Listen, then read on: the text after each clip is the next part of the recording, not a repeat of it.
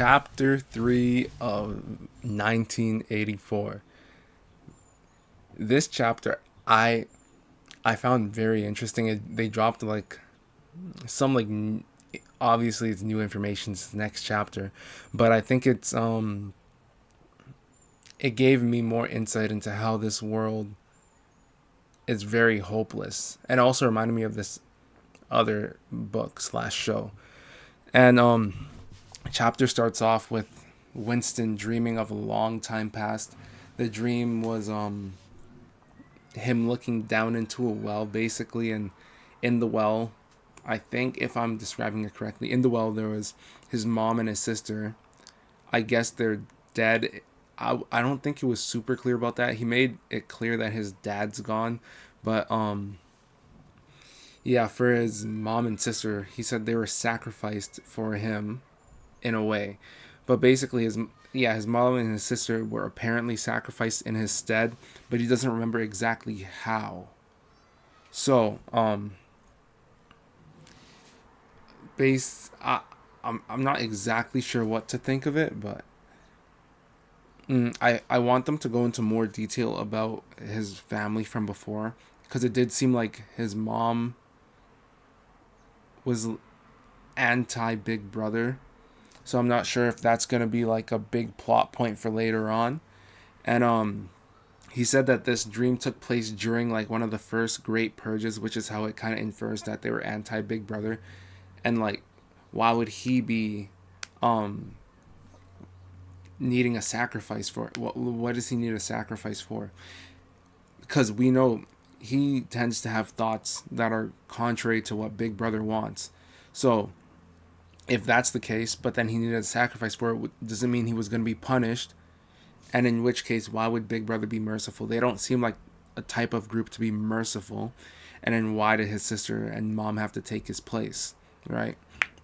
Those are the things that made me think about. And what's even sadder is that such a sorrowful event could not even occur in Winston's modern day. Like he was like remembering it in a sorrowful state, like full of sorrow, but that's impossible in his modern world, because the only emotions that are expressible for him are the ones like fear, pain, and hatred, right? Like they all hate Goldstein, so something in that type of way. But there's no like true love, and it's like so strict and controlled. So nothing of that sort could even occur um in Winston's modern day, because none of the emotions, they describe it as lacking dignity. So it's like they're not complex emotions like love. They're lacking dignity, and what I think is just surface level emotions that are expressible. So he can't, even if he wanted to. Well, most other people can't, because he clearly did. Not sure if it wasn't a dream, he'd be condemned for it or like arrested for that. But since it was a dream, he was able to do it in such a sorrowful state. Remember that memory of his mother and his sister. And I really want to figure out what exactly happened. Maybe he'll remember later on in the story. I'm not too confident about that. Maybe it was just like a one-off kind of mention, just making note of the fact that I had no idea. I didn't even think he had siblings, but I guess he had a sister, a younger sister to be exact, than two parents up until when his dad died, and then his mom and sister were sacrificed, whatever that means.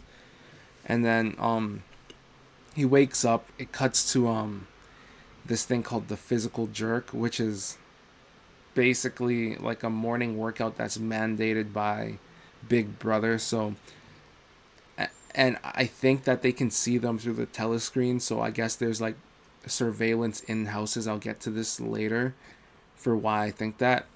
But yeah, during the physical jerk, it was hard. Um, what's it called? Not only for Winston to remember um, why, or not only why, but also how there was a sacrifice for him. But most of his childhood before the late 50s he couldn't even remember either, which that's like kind of like the theme of this chapter, not remembering things, like forgetfulness and control, like controlling the narrative and forgetfulness, because he says places had different names, countries had different borders. Britain was like called Airstrip 1, for example, but he says London was always called London, as far as he can remember. And then everyone else is not going to question what the names of things are. They're not going to question um so they're not going to question the names, they're not going to question the facts that are given to them, even if it's like blatantly a lie and easily falsifiable. Whatever the big brother says is just the truth from then on. And basically just gaps in memory. Like like um he there's like specific moments he can remember, but he can't remember when it took place, where it took place, kind of. And he knows like some of the things that big brother says is not true, but he doesn't know how to like go about um verifying what he's believing. And an example given is the wars. So they're always at war, right? That's not a fact that's disputed, but it's who they're at war with, which was mentioned in passing in the first chapter. So they're always at war with Eurasia and always allied with East Asia, but Winston remembers otherwise. He remembers, like, as far as like 4 years back, it says that they were at war with East Asia and allied with Eurasia, but no, that's not true. And officially, this never happened, because officially, the only thing that's ever been is what's current, which is that they're at war with Eurasia and allied with East Asia, which makes no sense. I guess people are kind of just like really stupid to not remember. Like, how do you not remember 4 years ago you had another ally, and there was like no talks of no talks of peace treaties that was like um given out to the public, I guess. When would be the time for them to like switch who they're allied with and switch who they're fighting against? But then in some places there's always been fighting, he says. Like some certain streets there's always been fighting, but it's unclear and ambiguous of when that switched, to who it switched, why it switched. All that they know is what's current, and that's how it's always been, as far as they know, as far as the regular populace is concerned. And what makes this possible is that there's no record of anything. So I guess maybe they're burning books. No one's allowed to write any history. They I'm thinking if they have a history class in this world, it's probably just made up on the spot. Most of it's probably false. Um like he says that the government said they created airplanes, right? So that's probably something that's going to be like studied in the history books, like, oh, well, look at this great invention, right? But it's not actually history, right? And since there's no one allowed to write anything down, I guess that pertains to history. There's going to be there's a motorcycle outside. Um yeah, since no one's allowed to write anything down, whatever the government says is just how it goes, and there's no questioning anything. So the current situation is absolute. And it comes around to like the idea of whoever controls the past controls the future. Whoever controls the present controls the past, right? So history is written by the victors. And the only, I guess there must have been something that happened that put um Big Brother in control, who made them the victors in this whole scenario. So before that, all that's, as far as any citizen's concerned, all that's happened is whatever Big Brother said that happened, right? Because they control the present, so they control what happened in the past. They're writing the past. They rewrite the past whenever it suits them. They rewrite their own history, and they claim that they've been always established. They've been leading the revolution since the earliest days. But then Winston Smith does not remember that. He remembers only hearing of Ingsoc or Big Brother as far back as 20 years, I believe it was in the story. So they're in 1984, but he remembers in the 60s hearing this, right?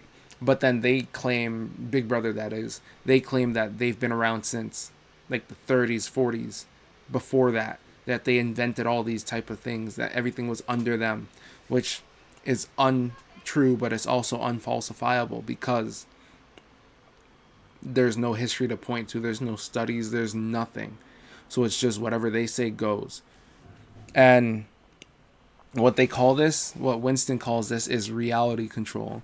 But in Newspeak, which that's the concerning part again, what it's called is doublethink. So kind of relates to like how today, like real world stuff, you can get well, they're rewriting like certain books in certain schools, like Roald Dahl, because he was like there's like some intolerant things in some of the books he wrote, and they're changing it. Not even like him himself changing it, but like other people changing it. They burn books in some school districts, so it's kind of like controlling what is there, even if it could be considered offensive or anything, right? Not here to debate that right now, but even if it's considered offensive, you could still use that type of book to peer into what things were like back in that time, back in history, how people thought, and it'll give you like more context of how the society, your society was at that time, right? So that's what that reminded me of. And so any type of reality control, I guess for Winston it's a negative thing, but well, it's a negative thing on the part of Big Brother, but then for people, new speakers, it's doublethink, which is a negative thing on the part of whoever's trying to like find out what really happened. And so they're not going to want to try that. They're not going to want to get in trouble. They go about their business. They're thinking, oh, that's doublethink. I'm not going to do that. Let me report this person. But then it's really just, they're trying to control, Big Brother is trying to control what is truth. And they have different truths at different times depending on what's convenient for them. Or I don't even know if it's convenient because they have like absolute control in this society. So whatever they say would go either way. So whenever it feels like it's like on a whim, they'll just change anything on a whim, which it's kind of scary to think about if that ever happened, which I feel like it might in some countries, like saying something just never happened, right?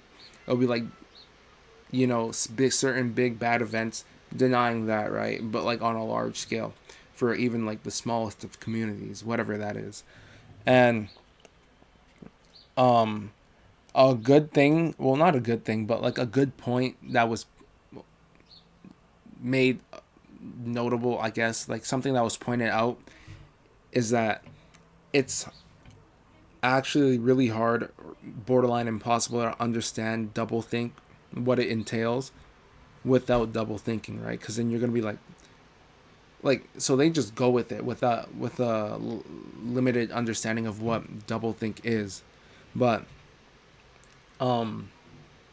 if you actually think about it, which is doublethink, you're gonna realize, oh, they're changing history. Oh, they're lying about that, but you can't voice that, and you can't what's it called?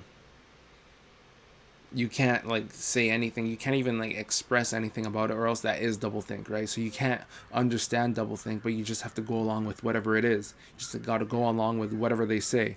And I feel like this is what made Winston, during this whole physical jerk experience, whatever that morning routine was, it made him like kind of zone out. Maybe that's just my theory. He zoned out a little bit.